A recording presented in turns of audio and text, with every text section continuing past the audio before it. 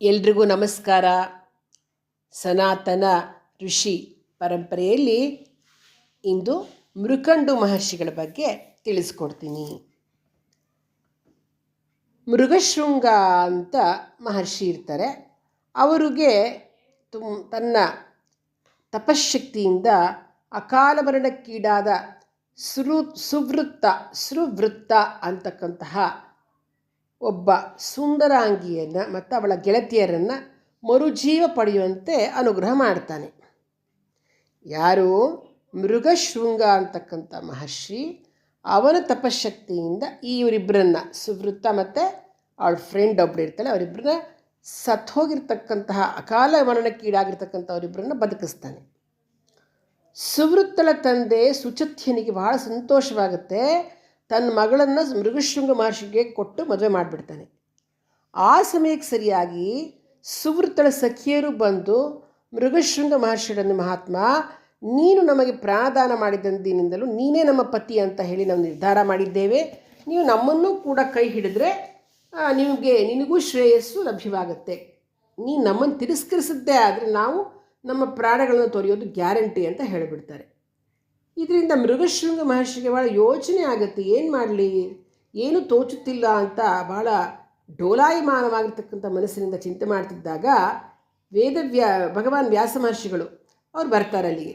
ಮೃಗಶೃಂಗ, ನೀನು ಚಿಂತಿಸಬೇಕಾಗಿರ್ತಕ್ಕಂಥ ಅಗತ್ಯವೇನಿಲ್ಲ, ಈ 4 ಮಂದಿ ಕನ್ಯಾರತ್ನಗಳನ್ನು ಮದುವೆ ಮಾಡ್ಕೋ ಅಂತ ಹೇಳಿದಾಗ ವ್ಯಾಸರ ಆದೇಶವನ್ನು ಅನುಸರಿಸಿ ಮಹರ್ಷಿ ಆ 4 ಮಂದಿಯನ್ನು ಮದುವೆ ಮಾಡ್ಕೊಂಡ್ಬಿಡ್ತಾನೆ. ನಂತರ ಧರ್ಮಯುಕ್ತವಾಗಿ ಗೃಹಸ್ಥಾಶ್ರಮವನ್ನು ಮಾಡ್ತಿರ್ತಾನೆ. ಸುವೃತ್ತ ಮತ್ತು ಅವಳ ಸಖಿಯರಾದ ಕಮಲ, ವಿಮಲ, ಸುರಸ ಇವರೆಲ್ಲರೂ ಕೂಡ ಒಡ ಹುಟ್ಟಿದವರಿಗಿಂತಲೂ ಕೂಡ ಅತಿಶಯವಾಗಿ ಚೆನ್ನಾಗಿ ಅನ್ಯೋನ್ಯತೆಯಿಂದ ಇರ್ತಾರೆ. ಅವ್ರ ಮಧ್ಯೆ ಒಂದು ಚೂರು ಹೊಟ್ಟೆ ಕಿಚ್ಚಾಗಲಿ ಏನೂ ಇರಲಿಲ್ಲ ಅವರಿಗೆ. ಅವ್ರು ತುಂಬ ಚೆನ್ನಾಗಿ ಮೃಗಶೃಂಗನನ್ನು ನೋಡ್ಕೋತಿರ್ತಾರೆ. ಮಹರ್ಷಿಯು ಕೂಡ ಅವ್ರ ಜೊತೆ ಸಮಚಿತ್ತವಾಗಿ ಸಮಾನವಾದ ಪ್ರೀತಿಯನ್ನು ಹಂಚ್ತಾ ಇರ್ತಾನೆ. ಅವನು ತನ್ನ ಪತ್ನಿಯರನ್ನು ಸಂತೋಷಪಡಿಸ್ತಾ ತಪಸ್ಸು, ಸ್ವಾಧ್ಯಾಯ, ನಿಯಮನಿಷ್ಠೆಗಳನ್ನು ಕುಂದಿಲ್ಲದಂತೆ ಆಚರಿಸ್ತಾ ಅತಿಥಿ ಅಭ್ಯಾಗತರ ಪೂಜೆಗಳನ್ನು ಪರಮಭಕ್ತಿಯಿಂದ ಮಾಡ್ತಾ ಇಷ್ಟೋಪಭೋಗಗಳನ್ನು ಅನುಭವಿಸ್ತಾ ತನ್ನ ಪತ್ನಿಯರನ್ನು ತಣಿಸ್ತಾ ತಾನೂ ತೃಪ್ತಿಯಿಂದ ಕಾಲ ಕಳೀತಿರ್ತಾನೆ. ಅವನ ಸಂಸಾರ ಸಾರಹೀನವಾಗಿರದೆ ಸಾರಯುತವಾಗಿರುತ್ತೆ. ಹೀಗಿದ್ದಾಗ ಅವನ ಹೆಂಡತಿಯರೆಲ್ಲ ಒಂದೇ ಸಲ ಗರ್ಭ ಧರಿಸ್ಬಿಡ್ತಾರೆ.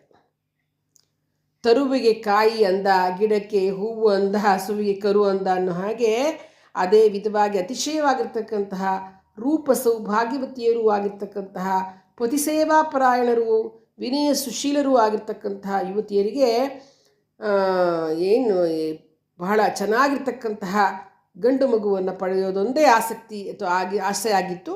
ಪವಿತ್ರವಾದ ವಿವಾಹ ಅಂತಂದರೆ ಆದರ್ಶವಾದ ಒಳ್ಳೆಯ ಮಕ್ಕಳು ಇರೋದು ತಾನೇ ಇದ್ರೆ ತಾನೇ ಅದು ಒಳ್ಳೆ ಮದುವೆ ಅಂತ ಅನ್ನಿಸ್ಕೊಳ್ಳೋದು.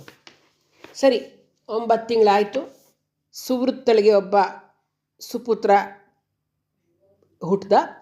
ತ್ರಿಕಾಲವೇದಿಯಾಗಿರ್ತಕ್ಕಂತಹ ಮೃಗಶೃಂಗ ಮಹರ್ಷಿಯ ಆ ಮಗುವಿನ ಜನನಕಾಲ, ಲಗ್ನ ಎಲ್ಲ ನೋಡಿಕೊಂಡು ಬರಲಿರುವ ಕಾಲದಲ್ಲಿ ಮೃಗಗಳು ತಮ್ಮ ತುರಿಕೆಯನ್ನು ನಿವಾರಿಸಿಕೊಳ್ಳುವ ಸಲುವಾಗಿ ತಪೋನಿಷ್ಠೆಯಲ್ಲಿ ಶ್ರೇಷ್ಠರಾದ ಈ ಬಾಲಕರ ದೇಹದೊಂದಿಗೆ ತಮ್ಮ ಶರೀರಗಳನ್ನು ಉಜ್ಜುವ ಕಾರಣ ಅಂತಹುದೇ ಅರ್ಥ ಬರುವಂತೆ ಮೃಕಂಡು ಎಂಬ ನಾಮಧೇಯವನ್ನು ನೀಡ್ತಾನೆ ಅವನು. ಏನು ಅರ್ಥ ಗೊತ್ತಾ? ಕಂಡು ಅಂದರೆ ನವೆ, ಕಂಡೂತಿ ಅಂದರೆ ನವೆ, ತುರಿಕೆ ಅಂತ ಅರ್ಥ. ಈಗೇನಾಗತ್ತೆ, ಅವನು ನೋಡ್ದ ಆ ಮಗುವಿನ ಮೃಗಶೃಂಗ ಮಹರ್ಷಿ ಮಗುವಿನ ಜನನ ಕಾಲದ ಲಗ್ನ ಎಲ್ಲ ನೋಡಿಕೊಂಡು ಜಾತಕ ನೋಡಿಕೊಂಡಾಗ ಅವನಿಗೆ ಗೊತ್ತಾಗುತ್ತೆ ಮುಂದೇನಾಗತ್ತೆ. ಪ್ರಾಣಿಗಳೆಲ್ಲ ತಮ್ಮ ತುರಿಕೆಯನ್ನು ಅಂದರೆ ಪ್ರಾಣಿಗಳ ತುರಿಕೆಯನ್ನು ಆದಾಗ ಹಿಂಗೆ ಉಜ್ಕೊಳತ್ವಲ್ಲ, ಅದಕ್ಕೆ ಈ ಹುಡುಗ ತಪೋನಿಷ್ಠೆಯಲ್ಲಿದ್ದಾಗ ಈ ಹುಡುಗ ದೊಡ್ಡವನಾದಮೇಲೆ ತಪಸ್ಸು ಮಾಡ್ತಿರ್ಬೇಕಾದ್ರೆ ಪ್ರಾಣಿಗಳೆಲ್ಲ ತಮ್ಮ ತುರಿಕೆ ಉಜ್ಕೊಳ್ಳೋಕ್ಕೋಸ್ಕರ ಈ ಹುಡುಗನ ದೇಹದೊಂದಿಗೆ ಉಜ್ಕೊಳ್ತಾವಂತೆ. ಅದನ್ನು ಅವನು ನೋಡ್ದ, ಯಾರು ಆ ಮೃಗಶೃಂಗ ಮಹರ್ಷಿ. ಅದಕ್ಕೆ ಅವನು ಈ ಹುಡುಗನಿಗೆ ಮೃಕಂಡು ಅಂತ ಹೆಸರಿಟ್ಟ. ಅಂದರೆ ಕಂಡೂತಿ ಅಂತಂದರೆ ಹೇಳಿದ್ನಲ್ಲ, ನವೆ ಅಥವಾ ತುರಿಕೆ ಅಂತ, ಅದಕ್ಕೆ ಮೃಕಂಡು ಅಂತ ಹೆಸರಿಟ್ಟ. ನೋಡಿ ಎಷ್ಟು ಚೆನ್ನಾಗಿದೆ ಹೆಸರು. ಉಳಿದ 3 ಜನ ಹೆಂಡತಿಗೆ ಮಕ್ಕಳು ಹುಟ್ಟುತ್ತವಲ್ಲ, ಅವಕ್ಕೆ ಕಮಲಪುತ್ರನಿಗೆ ಉತ್ತಮ ಅಂತಲೂ, ವಿಮಲನಿಗೆ ಕಮಲನ ಮಗಳಿಗೆ ಉತ್ತಮ ಅಂತ ಹೆಸರಿಡ್ತಾರೆ. ವಿಮಲನ ಮಗನಿಗೆ ಸುಮತಿ ಅಂತ ಇಡ್ತಾರೆ. ಸುರಸನ ಮಗನಿಗೆ ಸುವೃತ ಅಂತ ಹೆಸರನ್ನ ಇಡ್ತಾರೆ. ಹೀಗೆ ಕಾಲಕ್ರಮದಲ್ಲಿ ಶುಕ್ಲ ಪಕ್ಷ ಚಂದ್ರನಂತೆ ಆ ನಾಲ್ವರು ಬಾಲಕರೆಲ್ಲರೂ ಬೆಳೆದು ದೊಡ್ಡವರಾಗ್ತಾರೆ. ಅವರಿಗೆ ಕಾಲಕ್ಕೆ ತಕ್ಕಂತೆ ಉಪನಯನಗಳು ಆಗುತ್ತೆ. ತಂದೆ ಮೃಗಶೃಂಗ ಅವ್ರಿಗೆ 4 ವೇದಗಳನ್ನು ಎಲ್ಲ ವಿದ್ಯೆಗಳನ್ನು ಚೆನ್ನಾಗಿ ಹೇಳಿಕೊಟ್ಟು ಅವರನ್ನು ವಿದ್ವಾಂಸರ ಸಾಲಿನಲ್ಲಿ ಸೇರಿಸ್ಬಿಡ್ತಾನೆ. ಆ ಮಟ್ಟಕ್ಕೆ ಅವರನ್ನು ರೆಡಿ ಮಾಡ್ತಾನೆ. ಅಲ್ಲಿ ಮೃಕಂಡು ಇದನ್ನು ಎಲ್ರಿಗಿಂತಲೂ ಬಹಳ ಬುದ್ಧಿವಂತ, ಗುಣವಿದ್ಯೆಯಲ್ಲಿ, ಗುರುಭಕ್ತಿಯಲ್ಲಿ, ಶೀಲ ಆಚಾರಗಳಲ್ಲಿ ಎಲ್ಲರಿಗಿಂತಲೂ ಚೆನ್ನಾಗಿ ಜಾಸ್ತಿ ಅವನು ಕಂಗೊಳಿಸ್ತಾ ಇರ್ತಾನೆ. ಸರಿ, 4 ಮಂದಿ ಮಕ್ಕಳು ತಂದೆ ತಾಯಿಯಂದರೆ ಸೇವೆ ಮಾಡ್ತಾ ವಿದ್ಯಾವೈಭವ ನಿಷ್ಣಾತರಾಗಿ ಇದ್ದಾಗ ಮೃಗಶೃಂಗ ಮಹರ್ಷಿ ನೋಡಿ ಬಹಳ ಸಾರ್ಥಕವಾಯಿತು ನನ್ನ ಬದುಕು ಅಂತ ಖುಷಿ ಪಡ್ತಾನೆ. ಮಾನವ ದೇಹಗಳು ಕಾಲ ಪರಿಣಾಮಕ್ಕೆ ತಕ್ಕಂತೆ ಹೊಂದ್ಕೊಳ್ಳುತ್ತೆ. ಇಂದು ಕಂಕುಳಲ್ಲಿ ಇರತಕ್ಕಂಥ ಮಗು ನಾಳೆ ಆಟ ಆಡುತ್ತೆ.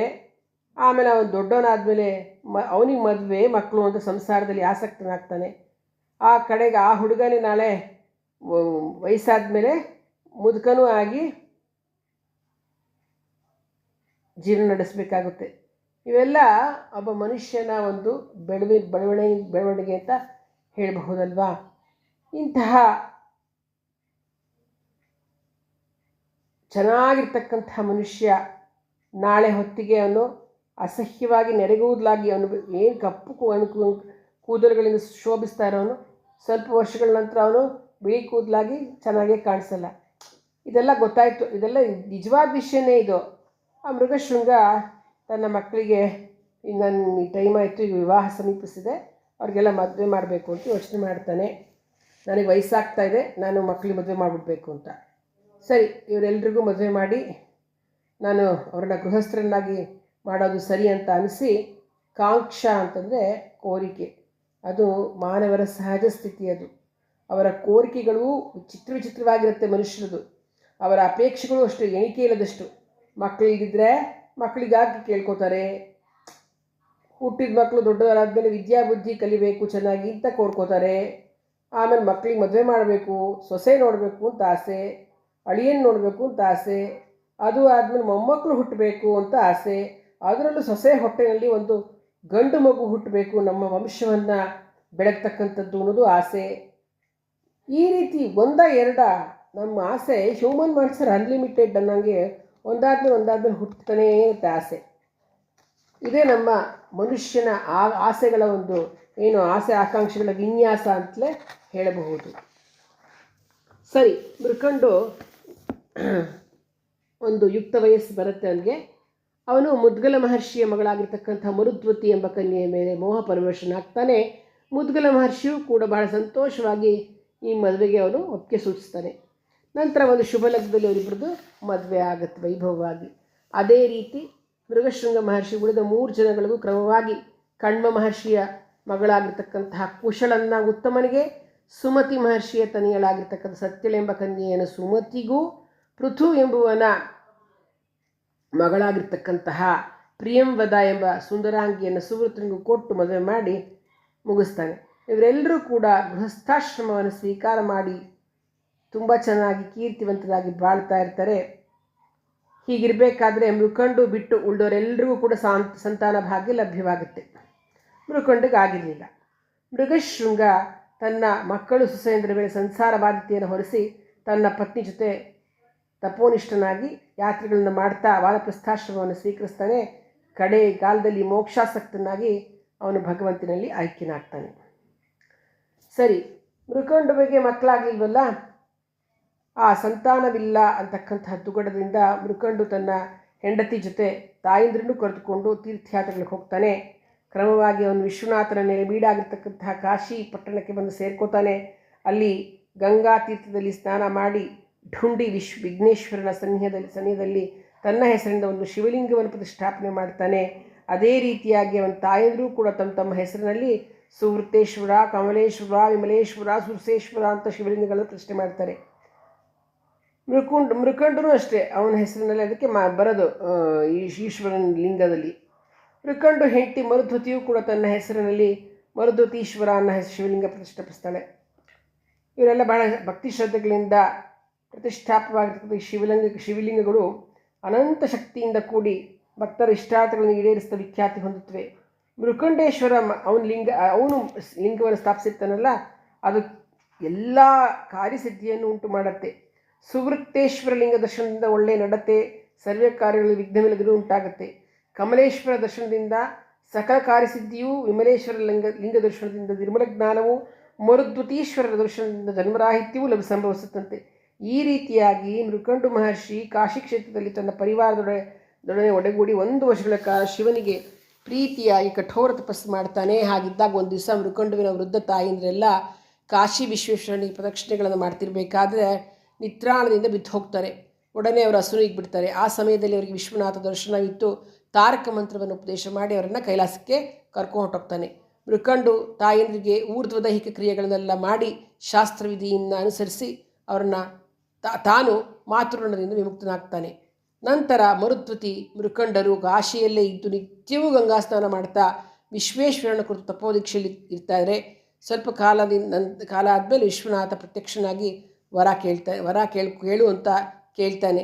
ನನಗಿರೋದು ಸಂತಾನಾಪೇಕ್ಷೆ ಒಂದೇ ನನ್ನ ಗುರಿ ಅಂತ ಹೇಳಿ, ಅದರಿಂದ ನನಗೊಂದೊಬ್ಬ ಒಳ್ಳೆ ಮಗನನ್ನು ಕೊಡು ಅಂತ ಕೇಳಿಕೊಂಡಾಗ ದೇವನಾಗಿರ್ತಕ್ಕಂಥವ್ನು ಹೇಳ್ತಾನೆ, ಮಹರ್ಷಿ ಮಹಾ ಸದ್ಗುಣ ಸಂಪನ್ನನಾದ ಕೇವಲ 16 ವರ್ಷಗಳು ಮಾತ್ರ ಆಯಸ್ಸುಳ್ಳ ಪುತ್ರನು ಬೇಕೇ, ಅಥವಾ ಗುಣಹೀನನಾದ ಚಿರಂಜೀವಿಯಾಗುವ ಪುತ್ರನು ಬೇಕೇ ತಿಳಿಸುವಂದಾಗ ಮೃಕಂಡು ಹೇಳ್ತಾನೆ, ದೇವದೇವ ಅಲ್ಪಾಯುವೇ ಆದರೂ ಸರಿ ಸದ್ಗುಣವಂತನಾದ ಮಗನನ್ನು ನನ್ನ ಕರುಣಿಸು ಅಂತ ಕೇಳಿದಾಗ ಶಿವ ನಿನ್ನ ಇಚ್ಛೆ ಇದ್ದಂತೆ ಆಗಲಿ ಅಂತ ಹೇಳಿ ಅದೃಶ್ಯನಾಗ್ಬಿಡ್ತಾರೆ. ಸ್ವಲ್ಪ ದಿನ ಆದಮೇಲೆ ಮರುದ್ವತಿ ಗರ್ಭವತಿ ಆಗ್ತಾಳೆ. ಬಡವನಿಗೆ ಭಾಗ್ಯ ಒದಗಿ ಬಂದಂತೆ ಬಹಳ ಕಾಲ ನಂತರ ಸಂತಾನ ಭಾಗ್ಯ ಲಭ್ಯವಾದ ಕಾರಣ ಆ ದಂಪತಿಗಳಿಗೆ ತುಂಬ ಸಂತೋಷ ಆಗಿಬಿಡುತ್ತೆ. 9 ತಿಂಗಳಾಗುತ್ತೆ. ನಿಲಿಂಪರು ಸ್ತೋತ್ರ ಮಾಡತೊಡಗುತ್ತಾರೆ. ಆ ಶುಭ ಸಮಯದಲ್ಲಿ ಮರುದ್ವತಿಯೊಂದು ಒಳ್ಳೆಯ ಸುಪುತ್ರನನ್ನು ಪಡಿತಾಳೆ. ಗಗನದಿಂದ ಪುಷ್ಪವೃಷ್ಟಿ ಸುರಿಯತ್ತೆ. ದೇವದುಂದುಭಿಗಳು ಮೊಳಗುತ್ತವೆ. ದಿಕ್ಕುಗಳಲ್ಲಿ ಎಲ್ಲವೂ ಕಡೆ ತುಂಬ ಚೆನ್ನಾಗಿ ಶುಭ ಒಂದು ಶಕುನಗಳೆಲ್ಲ ಉಂಟಾಗುತ್ತೆ. ವ್ಯಾಸ ಮಹರ್ಷಿ ತನ್ನ ಶಿಷ್ಯರೊಡಗೆ ಅಲ್ಲಿಗೆ ಬರ್ತಾನೆ. ದೇವತೆಗಳೆಲ್ಲ ನಿನಾದಗಳನ್ನು ಜಯ ನಿನಾದಗಳನ್ನು ಮಾಡ್ತಿದ್ದಾಗ ಜಾತಕರ್ಮ ಮೊದಲಾದ ಸಂಭ್ರಮಗಳನ್ನು ಆಚರಿಸ್ತಾರೆ. ವ್ಯಾಸ ಮಹರ್ಷಿ ಆ ಬಾಲಕನಿಗೆ ಮೃಕಂಡುವಿನ ಮಗ ಅಲ್ವನು, ಅದಕ್ಕೆ ಅವನ ಹೆಸರು ಮಾರ್ಕಂಡೇಯ ಅಂತ ಹೆಸರಿಡ್ತಾರೆ. ಅಪರಿಮಿತ ಆನಂದ ಮೃಕಂಡುಗೆ. ಅವನು ವ್ಯಾಸ ಮಹರ್ಷಿಯ ಪಾದಗಳಲ್ಲಿ ನಮಸ್ಕರಿಸ್ತಾ ಹೇಳ್ತಾನೆ, ನಿಮ್ಮ ದರ್ಶನ ಲಭ್ಯವಾಗಲಿಕ್ಕೆ ನನಗೆ ಸುಯೋಗ ಇರಬೇಕು. ನಾನು ಕೃತಾರ್ಥನಾದೆ. ನಿಮ್ಮ ಆಗಮನಕ್ಕೆ ನಾನು ಕೃತಜ್ಞನಾಗಿದ್ದೇನೆ ಅಂತ ಹೇಳ್ತಾ ಅವರನ್ನು ಅರ್ಚಿಸ್ತಾನೆ. ವ್ಯಾಸ ಆ ಮಗುವನ್ನು ಆಶೀರ್ವಾದ ಮಾಡಿ ಮೃಕಂಡು ದಂಪತಿಗಳನ್ನು ಅಭಿನಂದಿಸಿ ಹೊರಟೋಗ್ತಾರೆ.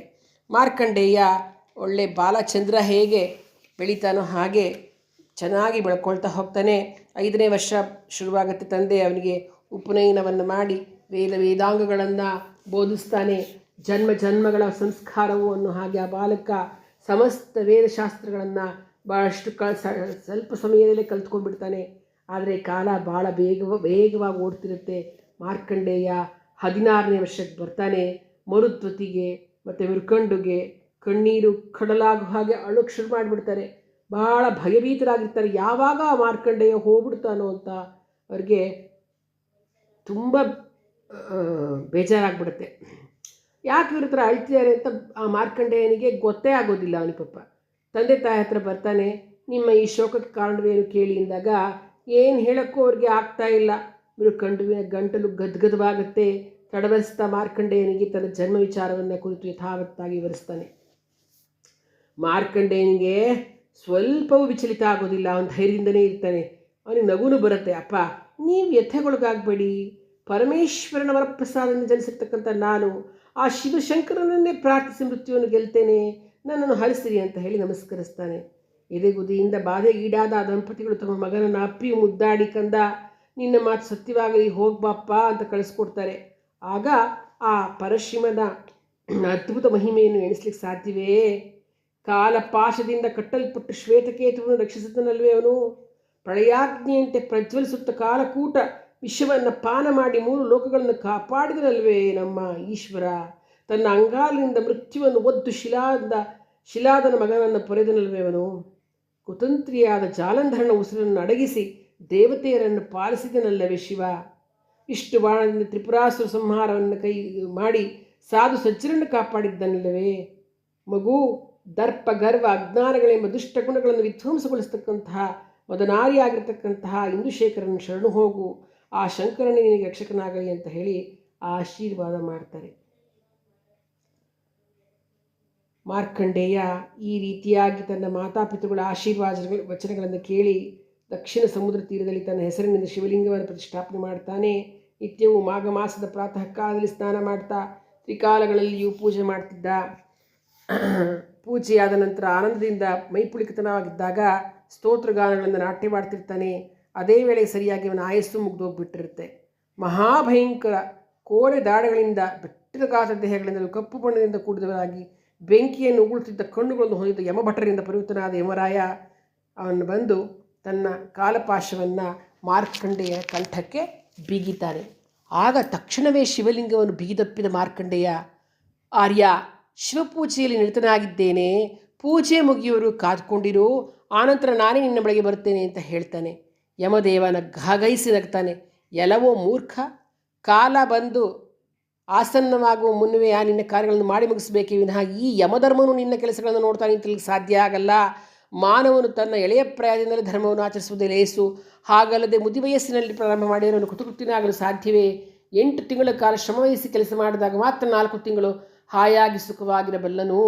ಹಗಲೆಲ್ಲ ಕಷ್ಟಪಡುವವನು ರಾತ್ರಿಯಲ್ಲಿ ಹಾಯಾಗಿ ನಿದ್ರಿಸಬಲ್ಲ. ಈ ರೀತಿಯಾಗಿ ಬಾಲಿ ಯೌವನವಿದ್ದುವಾಗಲೇ ಧರ್ಮಕರ್ಮಗಳನ್ನು ಮಾಡಿದ್ದಾದರೆ ವೃದ್ಧಾಪ್ಯದಲ್ಲಿ ಸುಖವನ್ನು ಕಾಣುತ್ತಾನೆ. ನಾಳೆ ಕೆಲಸ ಹಿಂದೆ ಮಾಡಬೇಕು, ಮಧ್ಯಾಹ್ನ ಮಾಡೋ ಕೆಲಸವನ್ನು ಬೆಳಿಗ್ಗೆನೇ ಮಾಡಿಬಿಡ್ಬೇಕು. ಕಾಲ ಮುಗಿದಿದ್ದರೆ ಕೋಟಿ ಬಾಣಗಳಿಂದ ಹೊಡೆದರೂ ಕೂಡ ಅವನು ಸಾಯೋದಿಲ್ಲ. ಜೀವಿತಾವಧಿ ಮುಗಿದಿದ್ದರೆ ಒಂದು ಹುಲ್ಲು ಕಡ್ಡಿ ತಗುಲಿದ್ರು ಸತ್ತೋಗ್ತಾನೆ. ಗೊತ್ತಾಯ್ತಾ? ಕೋಟ್ಯಾನುಕೋಟಿ ಚಕ್ರವರ್ತಿಗಳು, ಸಾವಿರಾರು ಇಂದ್ರರು ನನ್ನ ತಮ್ಮ ಪ್ರಾಣಗಳನ್ನು ತೊರೆದರು.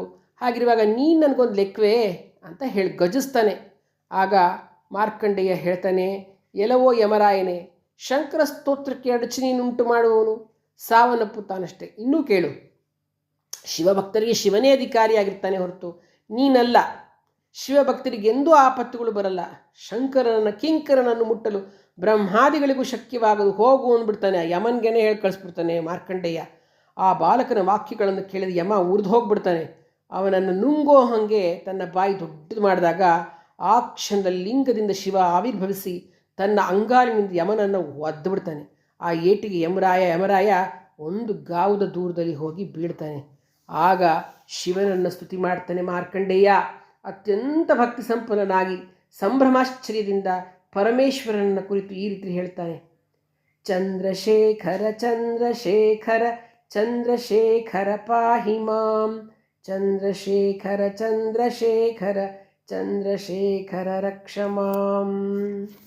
ರತ್ನಸಾನುಸರಾಸನಂ ರಜತಾದ್ರಿಶೃಂಗನಿಕೇತನಂ ಶಿಂಜನೀಕೃತಪನ್ನಗೇಶ್ವರಮಚ್ಯುತಾನಲಸಾಯಕಂ ಕ್ಷಿಪ್ರದಗ್ಧಪುರತ್ರಯಂ ತ್ರಿದಶಾಲಯೈರಭಿವಂದಿತಂ ಚಂದ್ರಶೇಖರಮಾಶ್ರಯೇ ಮಮ ಕಿಂಕರಿಷ್ಯತಿ ವೈ ಯಮಃ. ಪಂಚಪಾದಪುಷ್ಪಗಂಧಪದಾಂಬುಜದ್ವಯಶೋಭಿತಂ ಫಾಲಲೋಚನಜಾತಪಾವಕದಗ್ಧಮನ್ಮಥ ವಿಗ್ರಹಂ ಭಸ್ಮದಿಗ್ಧಗಳಕಳೇಬರಂ ಭವನಾಶನಂ ಭವಮವ್ಯಯಂ ಚಂದ್ರಶೇಖರಮಾಶ್ರಯೇ ಮಮ ಕಿಂಕರಿಷ್ಯತಿ ವೈ ಯಮಃ. ಮತ್ತವಾರಣಮುಖ್ಯಚರ್ಮಕೃತೋತ್ತರೀಯ ಮನೋಹರಂ ಪಂಕಜಾಸನ ಪದ್ಮಲೋಚನ ಪೂಜಿತಾಂಘ್ರಿಸರೋರುಹಂ ದೇವಸಿಂಧುತರಂಗಶೀಕರಸಿಕ್ತಶೀತಜಟಾಧರಂ ಚಂದ್ರಶೇಖರಮಾಶ್ರಯೇ ಮಮ ಕಿಂಕರಿಷ್ಯತಿ ವೈ ಯಮಃ. ಕುಂಡಲೀಕೃತಕುಂಡಲೇಶ್ವರಕುಂಡಲಂ ವೃಷವಾಹನಂ ನಾರದಾದಿಮುನೀಶ್ವರಸ್ತುತವೈಭವಂ ಭುವನೇಶ್ವರಂ ಅಂಧಕಾಂತಕಮಾಶ್ರಿತಾಮರಪಾದಪಂ ಮದನಾಂತಕಂ ಚಂದ್ರಶೇಖರಮಾಶ್ರಯೇ ಮಮ ಕಿಂಕರಿಷ್ಯತಿ ವೈ ಯಮಃ. ಯಕ್ಷರಾಜಸಖಂ ಭಗಾಕ್ಷಹರಂ ಭುಜಂಗವಿಭೂಷಣಂ ಶೈಲರಾಜಸುತಾ ಪರಿಷ್ಕೃತಚಾರುವಾಮಕಳೇಬರಂ ಕ್ಷ್ಮೇಳಶೀಲಗಳಂ ಪರಶ್ವತಧಾರಿಣಂ ಮೃಗಧಾರಿಣಂ ಚಂದ್ರಶೇಖರಮಾಶ್ರಯೇ ಮಮ ಕಿಂ ಕರಿಷ್ಯತಿ ವೈ ಯಮಃ ಭೇಷಜಂ ಭವರೋಗಿಣಾಮಖಿಲಾಪದಾಮಪಹಾರಿಣಂ ದಕ್ಷಯಜ್ಞವಿನಾಶನಂ ತ್ರಿಗುಣಾತ್ಮಕಂ ತ್ರಿವಿಲೋಚನಂ ಭುಕ್ತಿಮುಕ್ತಿಫಲಪ್ರದಂ ಸಕಲಾಘಸಂಗನಿಬರ್ಹಣಂ ಚಂದ್ರಶೇಖರಮಾಶ್ರಯೇ ಮಮ ಕಿಂ ಕರಿಷ್ಯತಿ ವೈ ಯಮಃ ಭಕ್ತವತ್ಸಲಮರ್ಚತಾಂ ನಿಧಿಮಕ್ಷಯಂ ಹರಿದಂಬರಂ ಸರ್ವಭೂತಪತಿಂ ಪರಾತ್ ಪರಮಪ್ರಮೇಯಮನೂಪಮಂ ಸೋಮವಾರಿನ ಬಹುತಾಶನ ಸೋಮಪಾದ್ಯ ಕಿಲಾಕೃತಿಂ ಚಂದ್ರಶೇಖರಮಾಶ್ರಯೇ ಮಮ ಕಿಂ ಕರಿಷ್ಯತಿ ವೈ ಯಮಃ ವಿಶ್ವಸೃಷ್ಟಿವಿಧಾಯಕಂ ಪುನರೇವ ಪಾಲನ ತತ್ಪರಂ ಸಂಹರಂತಮಪಿ ಪ್ರಪಂಚಮಶೇಷಲೋಕನಿವಾಸಿನಂ ಕ್ರೀಡಯಂತಮಹರ್ನಿಶಂ ಗಣನಾಥಯೂತಸಮಾವೃತಂ ಚಂದ್ರಶೇಖರಮಾಶ್ರಯೇ ಮಮ ಕಿಂ ಕರಿಷ್ಯತಿ ವೈ ಯಮಃ ಕಾಲಕಂಠಂ ಕಲಾಮೂರ್ತಿಂ ಕಾಲಗ್ನಿಂ ಕಾಲನಾಶನಂ ನಮಾಮಿ ಶಿರಸಾ ದೇವಂ ಕಿಂ ನೋ ಮೃತ್ಯುಃ ಕರಿಷ್ಯತಿ. ಈ ರೀತಿಯಾಗಿ ಮಾರ್ಕಂಡೇಯ ಮುಕ್ಕಣ್ಣನಿಗೆ ಸ್ತುತಿಸ್ತಾನೆ. ಮುಕ್ಕಣ್ಣ, ಮದನಾಂತಕ, ಗಂಗಾಧರ, ಉಮಾಧವ, ವೃಷಭವಾಹನ, ಭಕ್ತವತ್ಸಲ, ದುಷ್ಟಸಂಹಾರಕ, ದುರಿತ ದೂರ, ಯಕ್ಷರಾಜಸಖ, ಗುಹಗಣನಾಥ, ಸಮಾವೃತನೂ ಆಗಿರ್ತಕ್ಕಂತಹ ಆ ದೇವದೇವನ ಕೃಪೆ ಇದ್ದಾಗ ಈ ಮೃತ್ಯು ನನ್ನನ್ನೇನು ಮಾಡಲಿಕ್ಕೆ ಸಾಧ್ಯ ಅಂತ ಜೋರಾಗಿ ಹೇಳ್ತಾನೆ. ಮಹಾದೇವ ಅವನ ಭಕ್ತಿಯನ್ನು ಮೆಚ್ಚಿ ಮಾರ್ಕಂಡೇಯನಿಗೆ ದೀರ್ಘಾಯುಷ್ಯವನ್ನು, ತ್ರಿಕಾಲಜ್ಞಾನ ಶಕ್ತಿಯನ್ನು ಪ್ರಸಾದಿಸಿ ಅದೃಶ್ಯನಾಗ್ತಾನೆ. ಮಾರ್ಕಂಡೇಯ ತನ್ನ ಆಶ್ರಮಕ್ಕೆ ವಾಪಸ್ ಬಂದು ತಂದೆ ತಾಯರಿಗೆ ನಮಸ್ಕಾರ ಮಾಡಿ ಜರುಗಿದ ವೃತ್ತಾಂತವನ್ನೆಲ್ಲ ಪೂರ್ತಿಯಾಗಿ ಹೇಳಿದಾಗ ಅವರಿಗೆ ತುಂಬ ಸಂತೋಷವಾಗಿಬಿಡತ್ತೆ. ಇಂತಹ ಮಹಿಮೆಯುಳ್ಳ ಪುತ್ರರತ್ನನ್ನು ಪಡೆದಿರೋದೇ ನಮ್ಮ ಭಾಗ್ಯ ಅಂತ ಅಂದ್ಕೊಂಡು ಬಹಳಷ್ಟು ಸಂತೋಷದಿಂದ ಬಹಳಷ್ಟು ವರ್ಷಗಳು ಶಿವಕರುಣೆಯನ್ನು ಹೊಂದಿ ಜೀವಿಸ್ತಾರೆ. ಮಾರ್ಕಂಡೇಯನಿಂದ ಕೀರ್ತಿಸಲ್ಪಟ್ಟಿರ್ತಕ್ಕಂತಹ ಈ ಪವಿತ್ರವಾದ ಸ್ತೋತ್ರ, ನಾನೀಗ ಏನು ಹೇಳಿದೆ ಅದನ್ನು ಯಾರು ಭಕ್ತಿ ಶ್ರದ್ಧೆಗಳಿಂದ ಪಠಿಸಿದರೆ ಅವರಿಗೆ ದೀರ್ಘಾಯುಸ್ಸು, ಆರೋಗ್ಯ ಭಾಗ್ಯ, ಅನಂತ ಐಶ್ವರ್ಯ, ಜ್ಞಾನಸಿದ್ಧಿ ಉಂಟಾಗತ್ತೆ. ಶಿವನ ಅನುಗ್ರಹಕ್ಕಿಂತಲೂ ಮಿಗಿಲಾದದ್ದು ಬೇರೆ ಯಾವುದಿದೆ ಹೇಳಿ ಅಂತ ಮಾರ್ಕಂಡೇಯ ಮಹರ್ಷಿ ಸಾರಿ ಹೇಳಿದ್ದಾರೆ. ಅಂದರೆ ನೋಡಿ, ನಿಮ್ಗೆ ಎಷ್ಟೇ ಸಮಸ್ಯೆಗಳಿರಲಿ, ಮೃತ್ಯು ಕಂಟಕಗಳೇ ಇರಲಿ, ಎಂತಹ ಗಂಡಾಂತರಗಳೇ ಇರಲಿ, ಈ ಈಶ್ವರನನ್ನು ಯಾರು ಬಿಗಿಯಾಗಿ ನಂಬಿ ಅವನ್ನ ಆರಾಧನೆ ಮಾಡ್ತಾರೋ, ಈ ಮಾರ್ಕಂಡೇಯ ಸ್ತೋತ್ರವನ್ನು ಹೇಳ್ತಾರೋ, ಅವರಿಗೆ ಅಕಾಲ ಮರಣ ಅಂತಕ್ಕಂಥದ್ದು ಬರೋದೇ ಇಲ್ಲ ಅಂತಕ್ಕಂಥದ್ದನ್ನು ಮಾರ್ಕಂಡೇಯ ಮಹರ್ಷಿಗಳು ಸಾರಿ ಹೇಳಿದ್ದಾರೆ. ಅಪಮೃತ್ಯು ನಿವಾರಣೆಗೆ, ಅನಾರೋಗ್ಯ ಪರಿಹಾರಕ್ಕೆ, ಮಾನಸಿಕವಾಗಿರ್ತಕ್ಕಂಥ ದುಗುಡ, ಅಶಾಂತಿ, ಚಿಂತೆ, ಕಳವಳಗಳನ್ನೆಲ್ಲನೂ ದೂರೀಕರಿಸಬೇಕು ಅಂತಂದರೆ ಈ ಮಾರ್ಕಂಡೇಯ ಮಹರ್ಷಿಗಳು ರಚಿಸ್ತಿರ್ತಕ್ಕಂತಹ ಈ ಒಂದು ಸ್ತೋತ್ರವನ್ನು ಹೇಳ್ತಕ್ಕಂಥದ್ರಿಂದ ಖಂಡಿತವಾಗಲೂ ಸಾಧ್ಯ ಆಗುತ್ತೆ. ಈ ಸ್ತೋತ್ರ ರಾಜವಾಗಿದೆ. ಈ ಸ್ತೋತ್ರ ಒಂದು ದಿವ್ಯೌಷಧವಾಗಿದೆ ಅಂತಲೂ ಕೂಡ ಹೇಳಬಹುದು. ಹೀಗೆ ಮಾರ್ಕಂಡೇಯರು ಚಿರಂಜೀವಿಗಳಾಗ್ಬಿಟ್ಟು ಪ್ರಾತಸ್ಮರಣೀಯರಾಗಿದ್ದಾರೆ. ಧನ್ಯವಾದಗಳು.